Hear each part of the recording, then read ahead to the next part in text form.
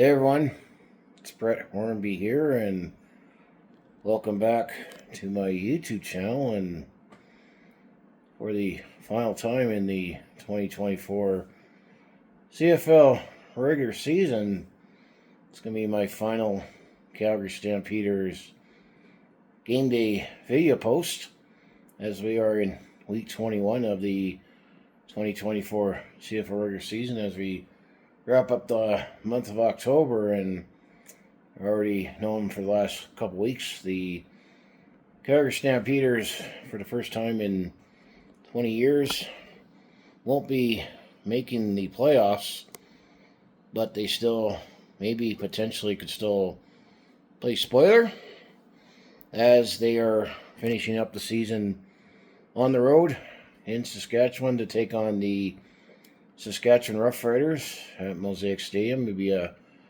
5 p.m. kickoff Mountain Time at the new Mosaic Stadium for Saturday, October the 26th. The reason I got to put a question mark on could they still play spoilers is we won't know until kickoff, because it's literally the last game of the regular season. But could the Saskatchewan Roughriders still have something to play for, as coming into this game? I mean, my Calgary Stampeders are 4-12-1, last in the West Division, 5th in the West Division, and will get the first overall pick in the 2025 CFL Draft, because we have the worst record in the league.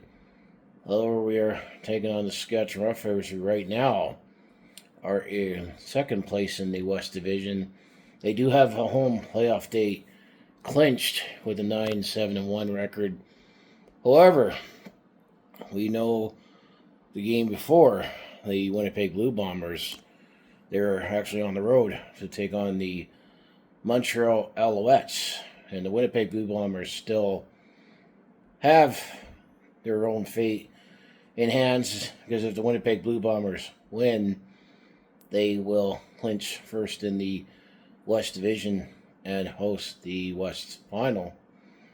However, if the Winnipeg Blue Bombers lose in Montreal, then the Saskatchewan Roughriders could still come in and steal first place and take first in the West Division with a win and host the West Final, because if the Winnipeg Blue Bombers finish with a 10-8 record, and then with the loss, meant to say Saskatchewan could come in with that tie, could be 10-7-1.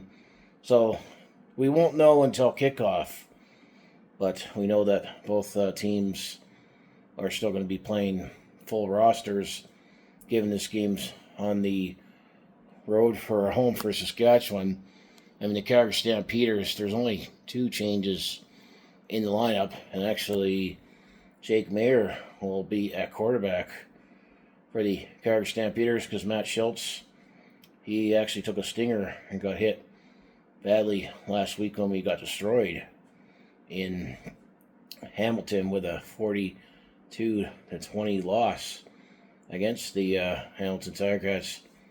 Vintage Bo showed up against us, and he had a chip on his shoulder, while the Saskatchewan Roughriders, they are coming off of a bye last week, and they have been playing well down the stretch, while Winnipeg's looked up and down. And then the other change is that Peyton Logan will be in the lineup, as he's feeling a little better, and Kylan Hill draws out.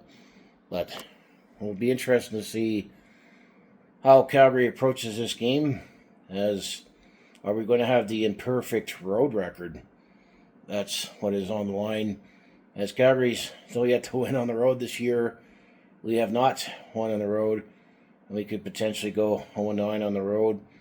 And you have to go all the way back to 1946, the last time the Calgary Stampeders were winless on the road. And back in those days, it wasn't the modern era of the CFL, and there was only 8 games in the season, and only played 3 on the road. So it's definitely Still got some pride to play, but I'm kind of torn on depending on if the Saskatchewan Roughriders have still something to play for, depending on what happens in Montreal earlier in the day. If Saskatchewan is either going to be waiting to get ready to host the BC Lions in the West semifinal, or still have a chance to take first in the West final, to wait either between the BC Lions or the Winnipeg Blue Bombers. But for Calgary, it's all just about playing for pride and looking for next season. And I'm going to have to say there's going to have to be some changes, and I'll probably might make a full video on that once you know what happens in the final game. And of course, I plan to do the On the Road to the Grey Cup once all the matchups are set. That's the only matchup that still is to be determined, is who hosts the West Final and the West Semifinal. We just know that Winnipeg and Saskatchewan will be hosting a playoff game in the West, and the BC Lions, I guess they're also going to be interested in tomorrow, because BC's going to find out, are they either going to Saskatchewan or Winnipeg for their West semifinal. We already know out east, Montreal Alouettes will be hosting the East final, while the Toronto Argonauts, they did defeat the Ottawa Redblacks last week, so they will be hosting the East semifinal against the said Ottawa Redblacks. And playoffs will go as it will be Saturday, November the 2nd. I got the calendar right. Yeah, the Thursday's Halloween, so Sunday or Saturday, November 2nd. The games are on Saturday for the playoff games. And then Saturday, November 9th, it will be the East and West finals. And then on Sunday, November the 17th, the big game, the 111th Grey Cup, will be played at BC Place in Vancouver. And unless I win my own way in, I won't be going to the Grey Cup this year. But that's all I really much have to say for Calgary Stampeders game day for the last week of the season. It's been a season to forget for my Calgary Stampeders. Not much changes in the lineup from last week after being destroyed in Hamilton. Could just be Jake Maier's last game playing for the Calgary Stampeders. Could just be the last game Dave Dickinson be coaching the Calgary Stampeders. Who knows? But Calgary could potentially still play spoiler tomorrow if the Saskatchewan Roughriders still have a chance to finish first in the West Division. But that all depends on what happens to the game before early in the day, which is a 1 o'clock kickoff in Montreal, the Winnipeg Blue Bombers and the Montreal Alouettes. But still going to look forward to the CFL Playoffs and another run to the Grey Cup.